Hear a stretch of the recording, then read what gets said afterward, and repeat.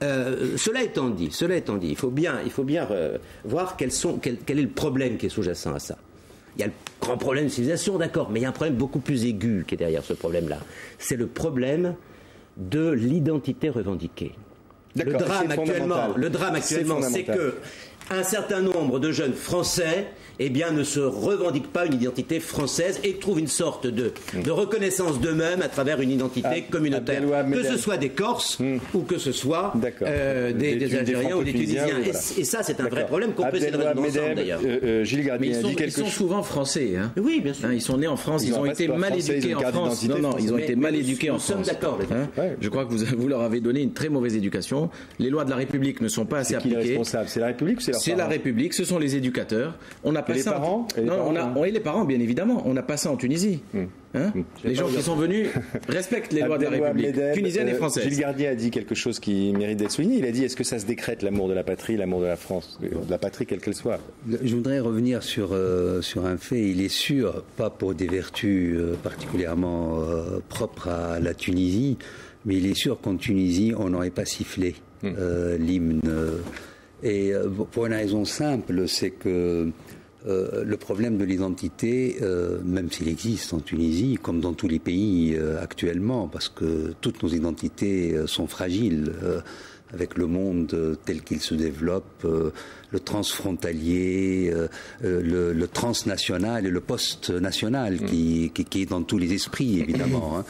Mais le propre de cette jeunesse, me semble-t-il, outre le phénomène de masse qui pour moi est vraiment majeur, c'est-à-dire le spectacle, les jeux, tout ce que Sartre par exemple a dit sur les jeux et comment on s'autorise des choses qui sont des tabous pour l'individu en tant que tel et qui s'expriment dans la masse. C'est une forme de fascisme en fait. C'est une forme de fascisme, le phénomène de masse. Et j'attribue cela un peu à cet aspect-là, forcément. Mais il y a un véritable problème d'identité. Ces jeunes, en Tunisie, ils ne se sentent pas tunisiens. Et en France, ils ne se sentent pas français. Ils sont dans une espèce d'entre-deux. Au lieu de faire de la double appartenance une richesse extrême, ce qu'on peut faire, ça va au-delà de ça, évidemment. parce qu'ils pourraient se contenter de sortir les drapeaux de leur pays d'origine, mais là, ils vont siffler la Marseillaise. C'est un acte de rejet. Alors là, c'est dû aussi à le fait de s'autoriser. L'éducation qu'ils ont à l'école est une éducation qui autorise les gens à une forme de liberté, je veux dire, très dangereuse, parce que elle met en péril la loi, me semble-t-il. Nous sommes aussi face à des enfants qui émanent d'une culture télévisuelle. Et le drame de la télévision, c'est que justement, là aussi, elle autorise la parole taboue. Ils ne sont pas les seuls à regarder la télévision. Il y a quand même un aspect communautaire, comme disait Christian Manès. Cet aspect communautaire qui joue. Moi, j'estime qu'il y a évidemment la panne des pères dans tous les sens du terme. C'est-à-dire les pères à l'intérieur même de la famille et les pères représentants de la loi. Les pères fouettards, si on entend Christian Manès. Non, mais c'est nécessaire. Le père qui transmet la loi. Et nous avons à réfléchir véritablement, encore une fois, c'est un des signes des problèmes éducationnels que connaît ce pays. Responsabilité de l'éducation, comme on dit, Bien sûr, responsabilité de l'éducation, mais est-ce que là aussi ça passe par le décret? Enfin, je sais pas, mais est-ce qu'on a besoin absolument de rappeler un certain nombre de règles? On n'arrête pas de parler des devoirs. Vous savez, par exemple, qu'un enfant désormais dans un collège, dans un lycée, a 100 fois moins de liberté que la génération que je représente, que je pouvais faire beaucoup plus de choses dans le lycée ou dans le collège où j'étais que la génération qui est actuellement dans ces établissements. Elle est beaucoup plus contrainte. Et la plupart des choses qu'on leur propose, elle n'est absolument pas autonomisée. La plupart des choses, on leur refuse même de créer des associations dans les lycées et les collèges. C'est dramatique, Monsieur Van Est. C'est dramatique. Tout doit être tutelé par les adultes. Donc je trouve que ces enfants ne sont jamais mis en situation de responsabilité. On leur apprend la République, on leur permet même pas de vivre la démocratie là où ils sont. On leur permet pas de vivre la démocratie où ils sont. Dans un collège, vous avez déjà assisté, je suppose, les conseils d'administration de collège. Ils sont représentants, on leur demande surtout pas leur avis, on leur explique absolument rien. Mais enfin, je passerai pas là-dessus. Par contre, je suis tout à fait d'accord sur le fait que désormais, quand on va voir, que ce soit une manifestation sportive ou une autre, quel est le meilleur vecteur pour faire passer n'importe quelle idée, et je dis bien n'importe quelle idée, qu'un stade dans lequel on filme les tribunes. On a entendu des propos racistes, très souvent.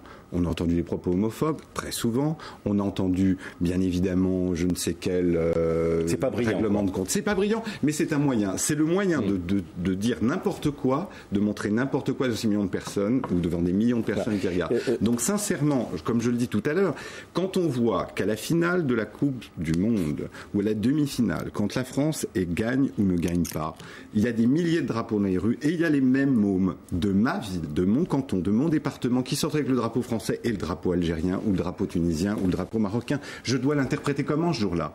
C'est pas leur France qui a gagné. Si c'est et leur France, et ils se rappellent aussi qu'ils ont des parents de l'autre côté de la Méditerranée. Je voudrais juste, parce que Lies Bencheli va s'en aller à la fin de la première partie. Est-ce que vous pensez, comme président du cercle d'amitié de la Méditerranée, que ça peut avoir des conséquences sur l'amitié franco-tunisienne, enfin en tout cas au moins à court terme? Non, je pense pas. Je pense que les gouvernements sont au-dessus. Il y a eu une réaction un petit peu à chaud du ministre Bernard Laporte concernant les matchs qui seraient disputés avec les pays du Maghreb, mais je pense que c'est à chaud, comme je l'ai dit, c'est une réaction de rugbyman, de ce qu'il a dit pour l'instant. Et d'autres ont embrayé, ont dit effectivement oui, si c'est trop compliqué. Oui, mais ça fait effet boule de neige et ma présence sur le plateau, j'espère qu'elle détendra l'atmosphère. Et je rassure Monsieur Laporte et le gouvernement français dans ce sens-là, les Tunisiens ne sont pas des gens qui viennent pour perturber une fête. Au contraire, nous avons été très heureux de participer au Stade de France, vu l'organisation et l'accueil des Français à ce match. Il ne s'agit pas des Tunisiens, il s'agit de Français. Voilà, c'est tout. Voilà, exactement. Français d'origine tunisienne et peut-être au-delà de la Tunisie maghrébine. Si je peux ajouter un mot, s'il vous plaît. C'est fini, il reste plus que 3 secondes. Juste une seconde. Il y a un vrai problème en France, c'est que le monsieur qui était juste à côté de moi essaye. Il sent la bonté. Il essaye de trouver des solutions à des problèmes, etc.